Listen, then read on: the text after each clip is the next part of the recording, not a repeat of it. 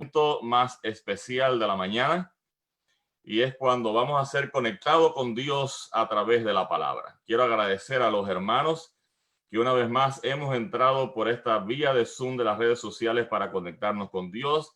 A los hermanos que nos escuchan de tantas partes del mundo, hasta allá desde Vertiente Baracoa, hermano, lo último de Cuba, de allá del Caimán.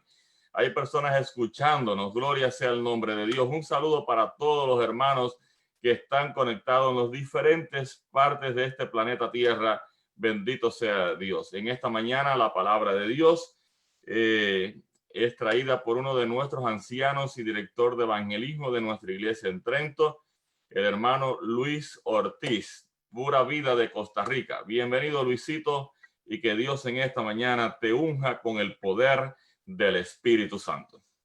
Amén. Gracias, pastor. Muy buenos días, queridos hermanos. Muy buenos días, queridos amigos que han sintonizado este momento. Damos muchas gracias a Dios esta mañana por la vida. Un feliz sábado para todos, donde quiera que se encuentren. Sin duda, es un privilegio esta mañana desde nuestra iglesia poder traer la palabra del Señor. Antes de empezar, quisiéramos tener una palabra de oración. Oramos, queridos amigos, hermanos, donde quiera que se encuentren. Padre bueno que estás en el cielo, Señor, esta linda mañana de sábado, te damos muchas gracias, Señor, por la vida.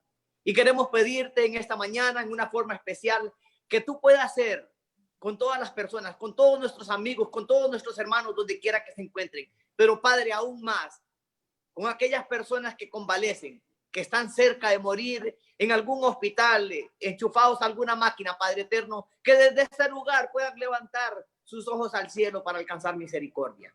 En esta mañana, mientras algunos de nosotros disfrutaremos de tu palabra en la delicadeza de nuestros hogares, Padre, oramos para que tu Santo Espíritu pueda llegar a nuestra vida y darnos alegría. Que podamos, al terminar la predicación de esta mañana, tener una nueva esperanza, tener un nuevo anhelo en el corazón, que nos dé la dicha de poder caminar con valor.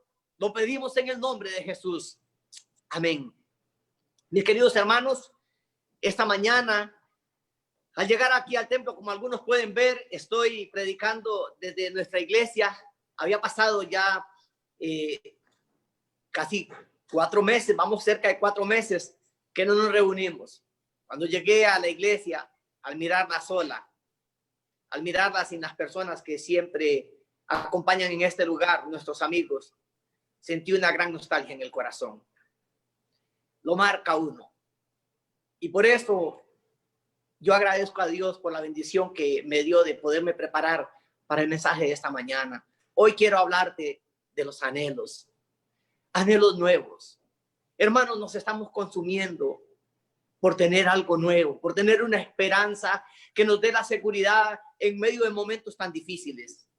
He titulado el sermón de esta mañana, Algo Nuevo. Y el texto bíblico que leyó nuestro hermano de la iglesia de Leywood dice: porque todos los atenienses y los extranjeros residentes allí en ninguna otra cosa se interesaban, sino en decir o en oír algo nuevo.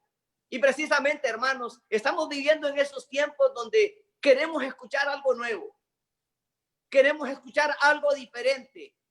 Queremos escuchar algo que nos motive el corazón, algo que nos devuelva la alegría. Pero sin duda alguna, entre los atenienses estaban a las expectativas de novedades. Leo de otra versión más moderna, dice: y es que todos los atenienses y los extranjeros que vivían allí se pasaban el tiempo sin hacer otra cosa más que escuchar y comentar las últimas novedades. Hermanos, sin duda alguna, todos nosotros hemos aprendido durante estos meses que han pasado, hemos aprendido a ver la vida de una forma diferente. Y quizás en estos tiempos de estrechez debiéramos de estarnos preguntando: ¿qué hemos aprendido? ¿Qué hemos aprendido con esta situación que ha pasado? Hemos aprendido a valorar más nuestra familia. Hemos aprendido a valorar más nuestra fe. Hemos aprendido a confiar más en el Señor. Es verdad que cuando llegué a la iglesia y al mirar las bancas desde este lugar vacías, puedo decirles en esta mañana que se siente la ausencia del calor humano que hace falta. Pero he aprendido en este tiempo de estrechez que Dios no me ha faltado, que Dios ha sido bueno, que Dios me ha sostenido. Y mientras, hermanos, desarrollo el tema, este tema está sacado de una escena extraordinaria en el segundo viaje del apóstol Pablo. En ese segundo viaje, donde emprendió diferentes dificultades, enfrentó diferentes retos, y termina este segundo viaje en un lugar, en Atenas, allí en las orillas de Europa. Allí estaba Pablo llevando el mensaje de amor y el mensaje de esperanza. Y quisiera compartir contigo un pensamiento hermoso de quien hace poco descansa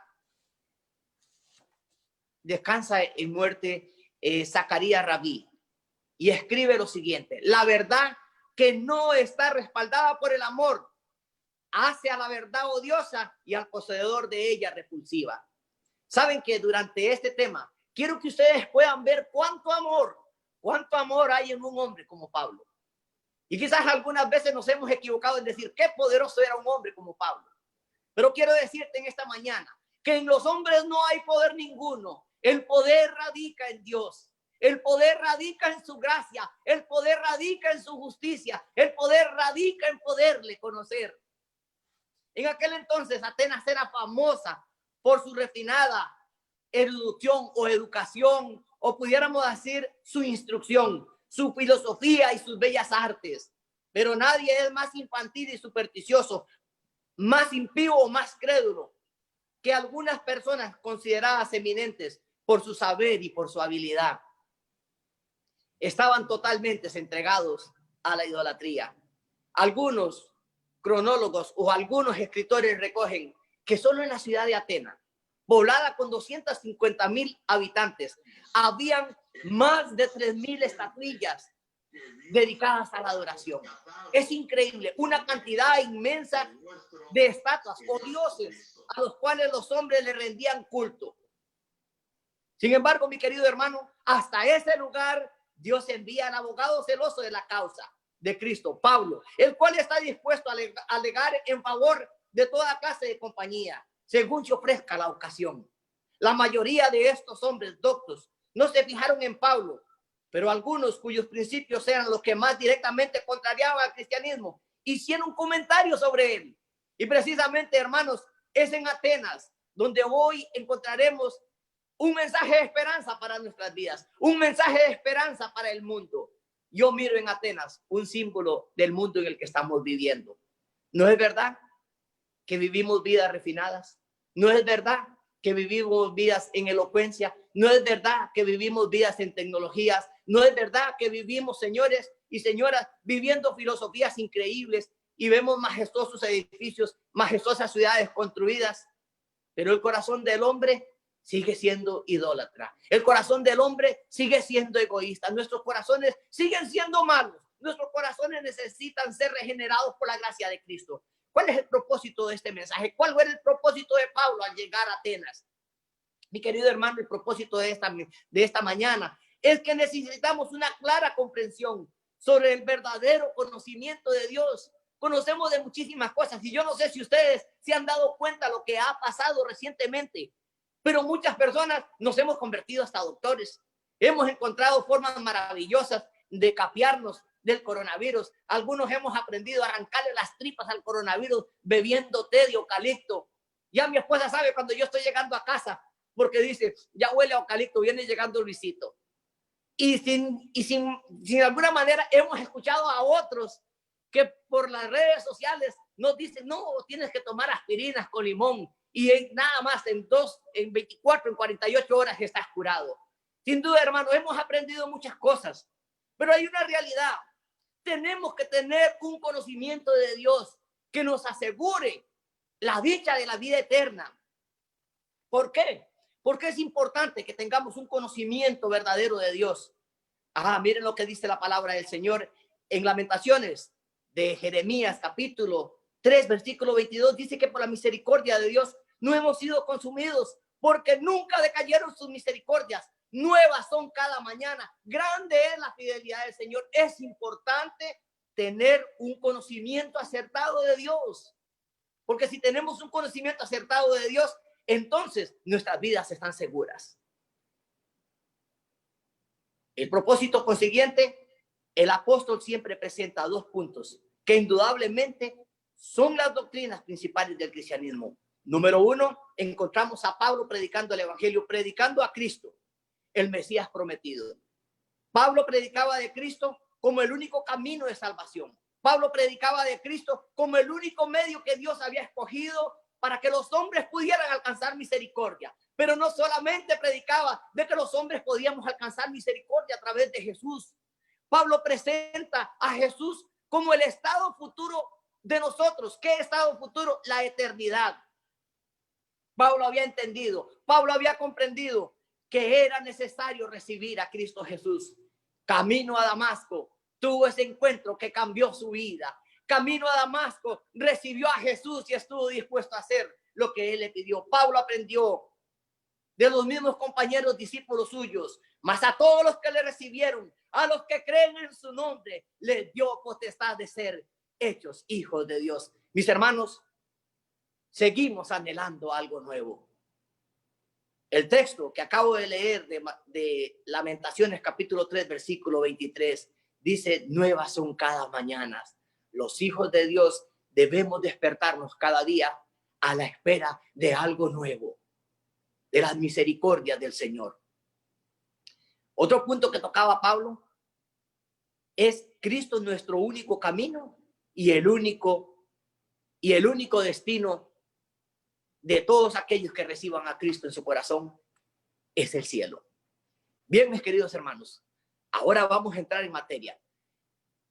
La división de nuestro tema está en dos partes: corrientes de pensamientos, algo nuevo, las novedades de aquel entonces, y también en el Areópago hay hombres que salvar.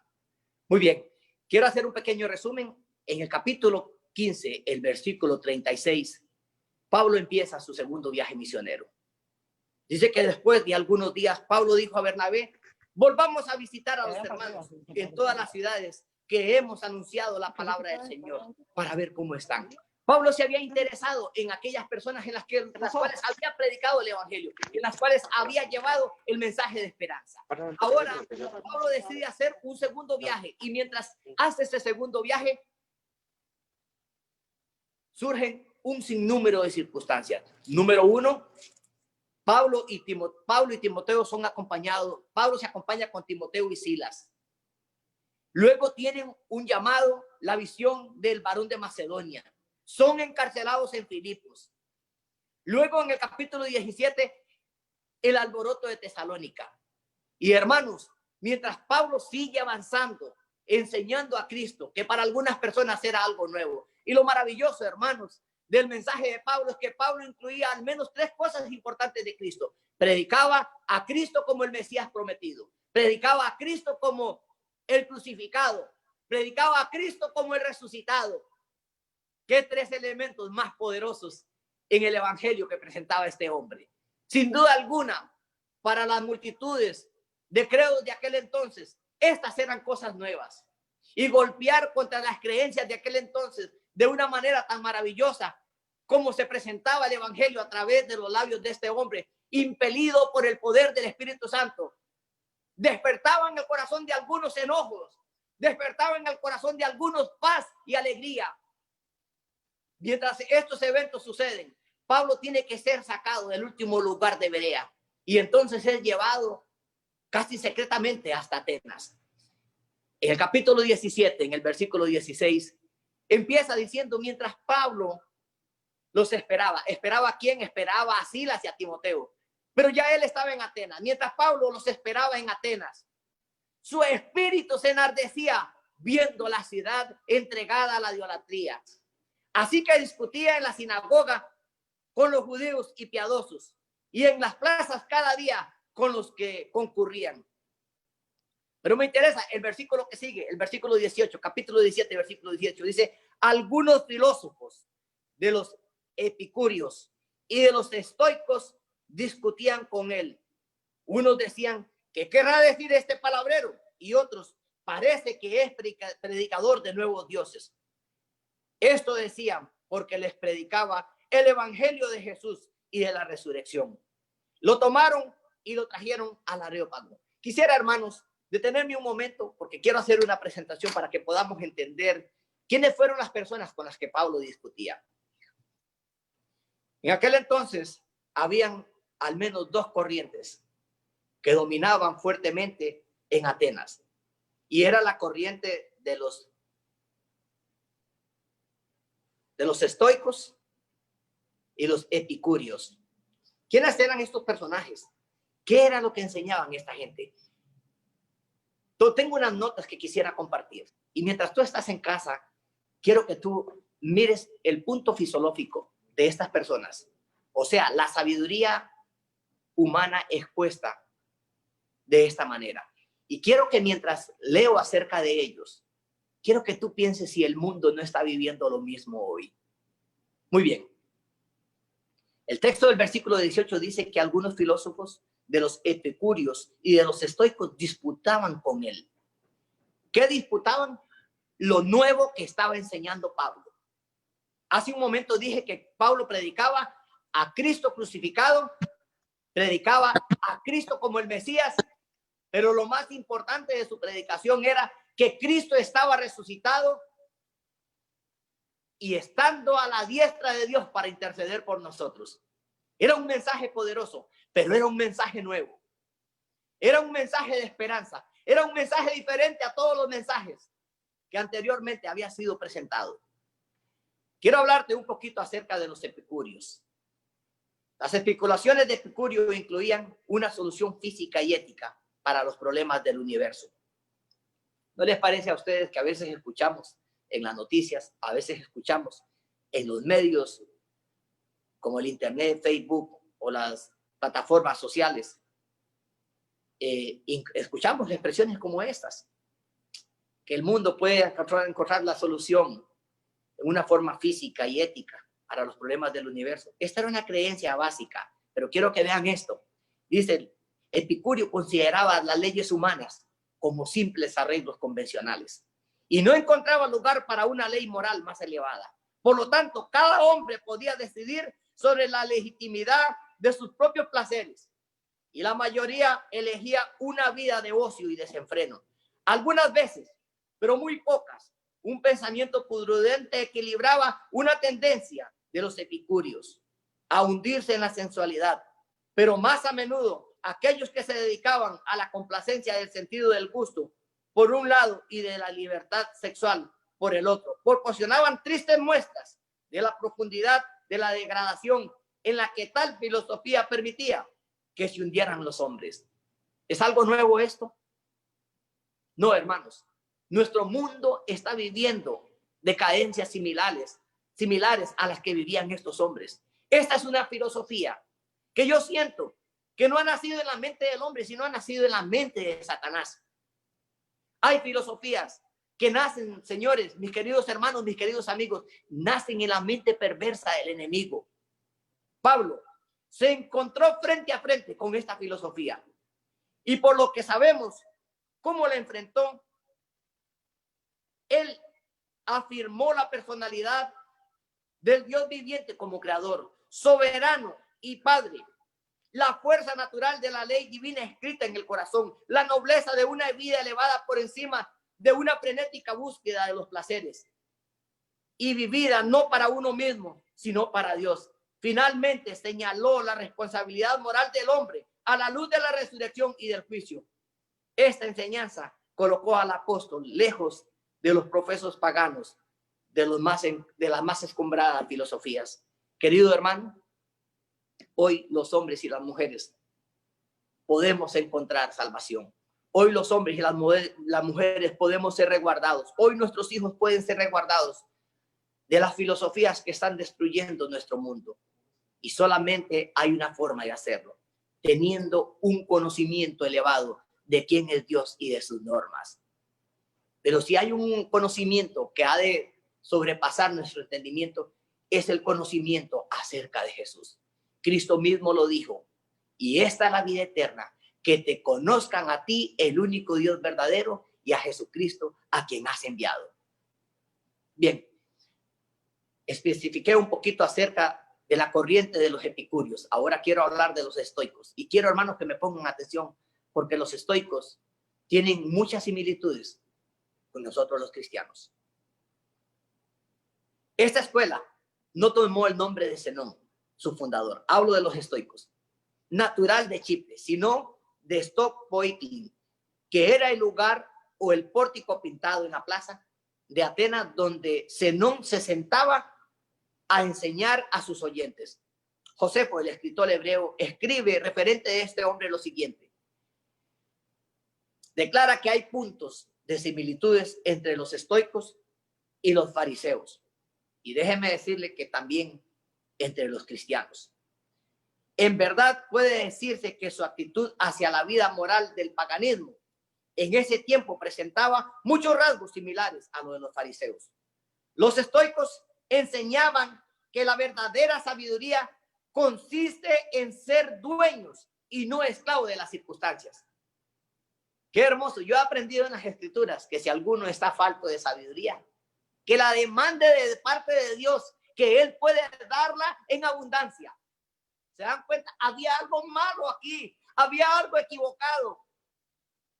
No podemos basar la experiencia de nuestra vida en la sabiduría nuestra. Nosotros nacemos pecadores, vivimos pecadores, y a menos que no aceptemos a Cristo Jesús como nuestro Salvador y le recibamos en nuestro corazón, moriremos como pecadores. Si hay algo nuevo que tiene que pasar en la vida de un hombre, es recibir a Jesús con sinceridad. Estas corrientes nuevas, estas novedades que se presentaban, que no estaban buscadas en la sabiduría divina, sino en la sabiduría de hombres, tenían todas las tendencias a perecer. Escuchen esto. En verdad puede decirse que esa actitud hacia la vida moral del paganismo en ese tiempo presentaba muchos rasgos similares también a lo de los nuevos cristianos. Las cosas que no están en nuestro poder no deben de ser codiciadas, decían los estoicos, ni evitadas, sino aceptadas con ecuanimidad. ¿No nos dice la palabra de Dios que no amemos las cosas de este mundo y las cosas que en ellos hay? Porque el que ama las cosas de este mundo perecerá. Creo que los hijos de Dios tenemos que aprender a cambiar la manera en la que amamos las cosas. Tenemos que aprender a amar las cosas espirituales. Hermanos, no sabemos. Entonces pidámosle a Dios que nos enseñe a amar las cosas espirituales para que podamos desprendernos de las cosas que hemos amado de este mundo. Me sorprende esto. Al que buscaba la sabiduría se le enseñaba a ser indiferente tanto al placer como al dolor y a mantener una neutralidad intelectual. Reconocían su autoridad en los asuntos de las naciones y en la vida de los individuos, aunque en la práctica creían en la libertad de la voluntad humana. Los escritos de Séneca muestran que la ética de los estoicos era parecida también a lo de los cristianos. Muchos de los estoicos llegaron a ser tutores de los hijos de familias nobles y ejercieron una influencia comparable a lo de los confesores jesuitas en Europa en el siglo XVII y XVIII. Varias desventajas impedían la eficacia de la ética de su filosofía, y al menos quiero nombrar tres. Número uno, al procurar ser indiferentes consigo mismo, perdían la simpatía por otros. Dos, al aspirar una perfección ética por medio de las operaciones de su propia voluntad, falsamente suponían que los hombres son capaces de ganar su propia salvación. Mis queridos hermanos, mis queridos amigos, quiero decirte, el mundo no vive esto hoy. ¿Cuántas veces escuchamos a los hombres expresarse que no necesitamos a Dios en nuestras vidas? Por muchos años, incluso en esta nación y en otras naciones, los hombres han sacado a Dios de la educación de las escuelas. Hemos sacado a Dios de nuestras familias. Hemos sacado a Dios de nuestro corazón. Porque pretendemos que nosotros podemos controlar la situación. Porque pensamos que nosotros podemos alcanzar vida. Los hombres nacemos pecadores. Y reitero, vivimos como pecadores. Y a menos que no recibamos a Cristo como nuestro Salvador, no podremos alcanzar salvación. Al destacar la vida perfecta, se convertían como los fariseos en un alto ideal su manera de vivir. Eran egoístas, eran corruptos y como los fariseos a menudo hipócritas, actores de escenario, aparecían ante el mundo de una forma que correspondía, pero su carácter y su manera de vivir eran diferentes. Cristo, cuando vivió en medio de nosotros, cuando vivió en medio de los escribas y los fariseos, llamó su atención. Cristo dijo en una ocasión, hablando a sus discípulos, que las cosas que ellos enseñaban estaban correctas, pero que no hiciéramos las cosas como ellos las hacían. Jesús condena específicamente actitudes tales como una pretendida mayor santidad, la exhibición de piedad, el amor a la permanencia en las actividades religiosas y seculares y la codicia. Haríamos bien en examinar nuestra propia vida a fin de ver si en ella se encuentran rasgos de estos mismos males que hicieron que la palabra fariseo fuera sinónimo de hipócrita. Naturalmente, había numerosos puntos de semejanza entre Pablo y los mejores representantes de esta escuela de pensamiento. Sin embargo, aún para ellos los principios básicos que él representaba le parecían un sueño inútil. Cuando Pablo habló de Jesús y de la resurrección y del juicio venidero, los estoicos rechazaron de plano el pensamiento de que ellos también necesitaban perdón y redención. Entro, señores, mis queridos hermanos, a la última parte del sermón. Pablo en el Areópago. Y quisiera que pudieran acompañarme, si estás en casa, con tu Biblia en tu mano. Quiero que vengas conmigo al capítulo 17, el versículo 19. Y entonces se desarrolla algo más. Y esta es la parte del tema, hermanos, que me toca profundamente. Pablo en el Areópago. Pero en el Areópago hay almas que salvar. En el Areópago Dios tiene hombres que lo aman. En el Areópago Dios tiene hombres que están esperando algo nuevo. Y yo diría que en el Areópago de este siglo XXI, Dios tiene hombres que salvar. Dice la palabra de nuestro Dios. Cuando estos hombres escucharon a Pablo disertar acerca de Jesucristo, acerca de la resurrección, le tomaron, versículo 19, lo tomaron y lo trajeron al Areópago diciendo, ¿podemos saber qué es esta nueva enseñanza que hablas? Explico brevemente. El Areópago se le llamaba la colina de Marte. Era el lugar donde hombres de más de 60 años se sentaban para poder analizar las nuevas ideas traídas, las novedades y, ¿por qué no decirlo?, las nuevas maneras de pensar acerca de la religión.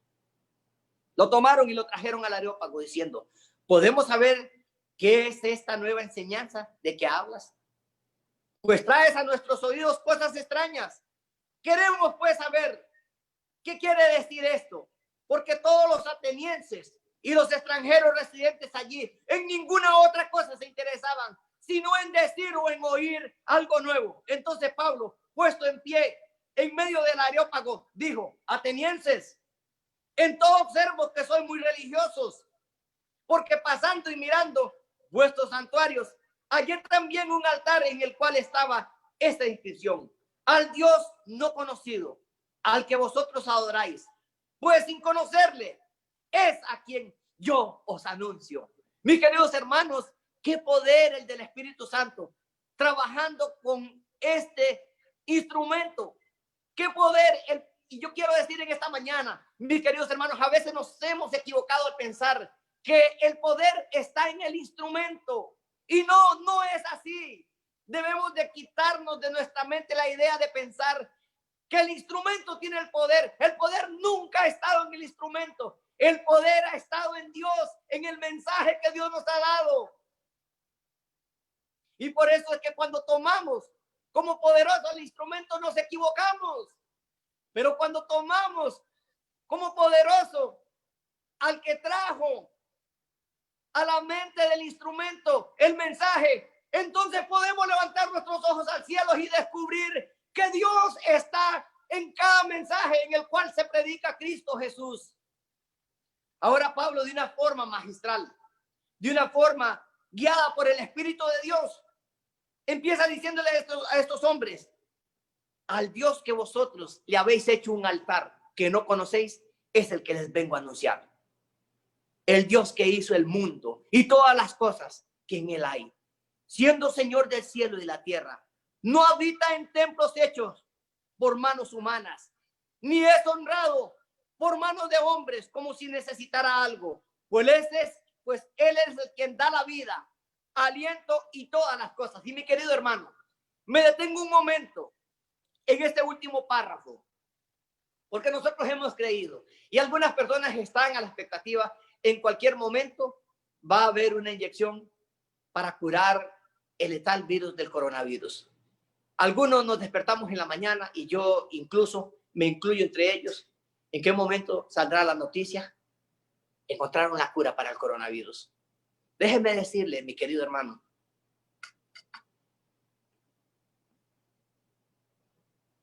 no entiendo por qué Dios ha permitido que el coronavirus golpee de la manera que está golpeando al mundo. Pero hay algo que yo he aprendido y yo lo quiero compartir contigo esta mañana. El coronavirus nos va a dar muchas sorpresas en el cielo. Muchas sorpresas. Que yo sé, como que estoy predicando desde este lugar,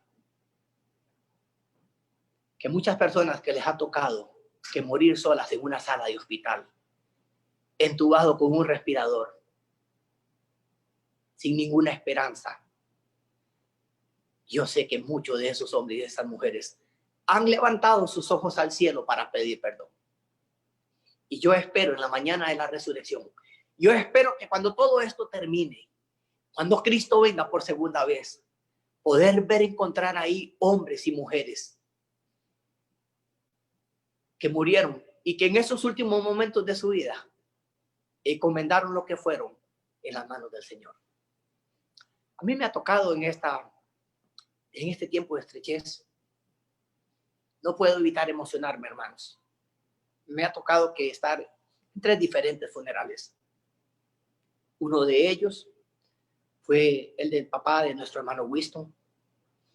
El pastor y Frank y un servidor estuvimos en la funeraria llevando palabras de consuelo. Luego mi amigo Adonai, un hombre joven, muere. Me toca que celebrar su servicio fúnebre. Y hermano, yo he aprendido algo, que cuando los hombres estamos estrechados y vemos que estamos cerca a la muerte, nos toca que levantar nuestros ojos al cielo. Nos ha tocado que levantar nuestros ojos al cielo. Las muertes de esas miles y miles de personas son una carga en los hombros del mundo. El coronavirus se ha hecho una carga muy pesada que solamente Dios puede levantar. Pero si ha sido una desgracia, Dios tiene poder para transformarla en una bendición. Yo sé que hay hermanos de nuestra iglesia que han perdido seres queridos. Yo quiero decirles, no se desesperen. No estén tristes hasta el cansancio. Dios un día nos permitirá volver a ver nuestros seres queridos. Voy concluyendo. En el Areópago hay hombres que salvar. Después de que el apóstol Pablo diserta a este grupo de personas, y cuando habla acerca de que el juicio de Dios ha de venir, versículo 29 dice: siendo pues linajes de Dios, no debemos pensar que la divinidad sea semejante a oro o plata o piedra o escultura de arte y de imaginación de hombres. Pero Dios, habiendo pasado por alto los tiempos de esta ignorancia, ahora manda a todos los hombres en todo lugar que se arrepientan. Esto es nuevo, hermanos. El llamado de Dios a que los hombres se arrepientan es un mensaje nuevo de esperanza, por cuanto ha establecido un día en el cual juzgará al mundo con justicia por aquel varón a quien designó, acreditándolo ante todos al haberlo hecho o levantado de la muerte. Hablando de Cristo Jesús, ¿quién ha sido el único acreditado? ¿Quién se ha levantado de la muerte para darle perdón al hombre, para estar delante de la presencia de Dios, interviniendo por nosotros? Si en Adán todos fuimos constituidos pecadores, en Cristo Jesús todos podemos ser constituidos justificados. Gloria a Dios por su palabra. Gloria a Dios por Jesucristo que se levantó de la muerte con poder. Gloria a Dios por Jesucristo que tiene en sus manos la victoria. Gloria a Dios por Jesucristo porque tiene un plan de salvación que regenera al hombre. Ah, mi querido hermano, ah, mi querido amigo, escuchen cómo termina esto. Versículo 32. Pero cuando oyeron de la resurrección de los muertos, unos se burlaban y otros decían, ya te oiremos acerca de esto otra vez. Querido amigo, querido hermano que me escuchas en esta mañana, los hombres que conformaban los críticos del Areópago eran hombres mayores de 60 años. Las estadísticas dicen que estos hombres no llegaban a vivir 70 años. Difícilmente muchos de estos hombres jamás volvieron a ver el rostro de Pablo. Muchos de estos hombres jamás volvieron a escuchar un mensaje nuevo tan alentador como el mensaje de Cristo como Salvador. Y esta mañana yo te estoy invitando, donde quiera que tú estés, donde quiera que me estés escuchando, la única esperanza que tiene el mundo se llama Cristo Jesús. Si tú anhelas en tu corazón ser salvo, entonces yo te animo esta mañana a creer en Él. Te animo en esta mañana a que abras tu pensamiento, que abras tu corazón y dejes que Dios obre. Mira esto. Cuando uno lee esa parte, yo me entristecí. No evité entristecerme. Escuchar que algunas personas se burlaron de un mensaje tan precioso. Verso 33. Entonces Pablo salió de en medio de ellos. Si este texto hubiera terminado ahí, qué triste sería. Pero mira lo que dice. Pero algunos de los que se habían juntado creyeron, entre ellos Dionisio el Areopagita y una mujer llamada Damaris y otros con ellos.